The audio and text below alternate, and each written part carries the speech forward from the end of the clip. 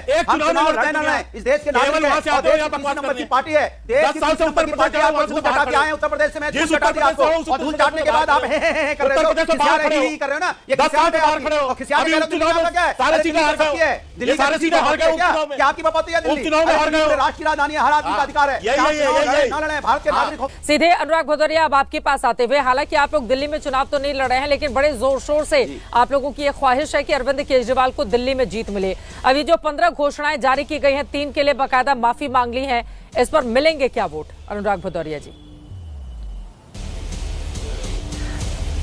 देखिए, आपने शुरुआत में ही बोला वो भारतीय जनता पार्टी के लिए बिल्कुल ठीक है। पूरे देश में भारतीय जनता पार्टी के साथ तो यही है ना, वादा तेरा वादा झूठा है तेरा वादा, जनता बेचारी भोली भाली मारी गई सीधी सादी, यही तो है इनका।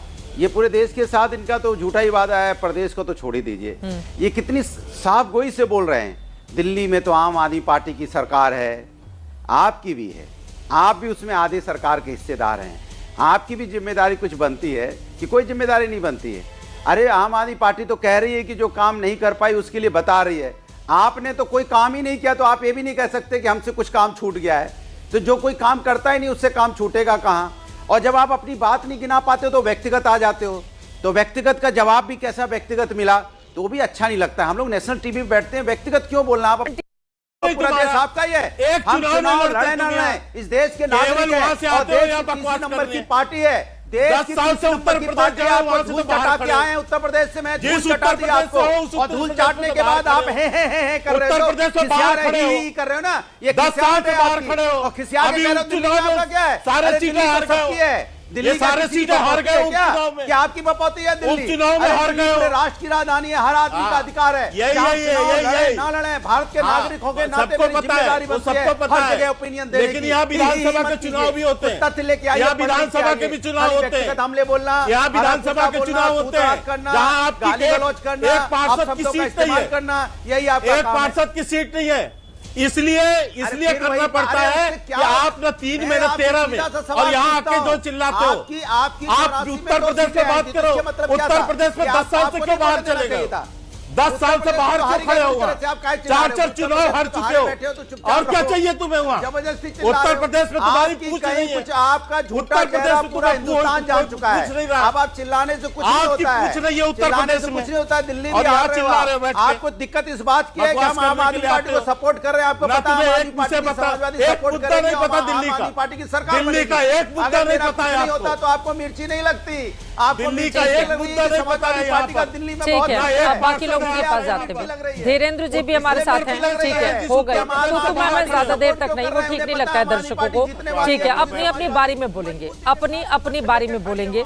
ठीक है, अब मैं धीरेन्द्र कुमार जी के पास जाते हुए, धीरेन्द्र कुमार जी कम से कम 3 और 13 में हैं, एक सीट पर उनकी पार्टी एनडीए में सरकार चुनाव लड़ रही है दिल्ली में। तो धीरेन्द्र कुमार जी आज 15 गारंटियां लेकर आए हैं अरविंद केजरीवाल और कह रहे हैं कि ये गारंटियां जीत दिलाएंगी क्योंकि केजरीवाल की गारंटी है।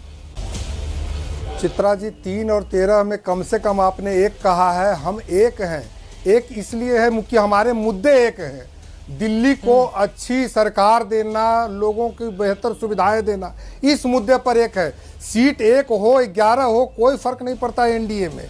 और ये बात कर रहे हैं 15 गारंटी देने वाले, जो खुद कैदी नंबर 670, याद करिए यही उनका था कैदी नंबर तिहाड़ का, और वो गारंटी दे रहा है जो खुद जेल की घंटी रहा है। और उनके साथ कौन रहे हैं? मनीष सिसोदिया, उप मुख्यमंत्री, जो खुद 10 लाख के मुचलके पे बाहर है, जिनकी खुद की गारंटी सरकार के पास नहीं। कानून बोल रहा है कि सप्ताह में 2 दिन आके हाजिरी बनाओ। दिल्ली को लूटा आपने, और आप बात कर रहे हैं कि मैं सीवर को ठीक कर दूंगा।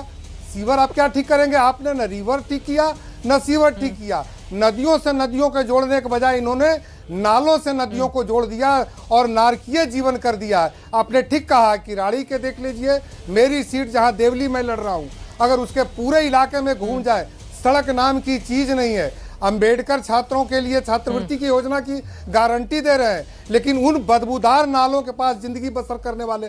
चित्रा जी, मुझे 1 सेकंड का समय दें, मैं दिखाता हूं कि इनके स्वास्थ्य की बात कर रहे हैं। ये मोहल्ला क्लिनिक का हालत है, आप देख लीजिए। मैं कैमरामैन से कहूंगा कि इनको दिखलाएं आप जूम करके ये मोहल्ला क्लिनिक का हालत है। और वहां पे कैसे वहां पर किसी का इलाज होता होगा जहां पर ना कोई डॉक्टर है ना कोई स्वास्थ्य कर्मी है।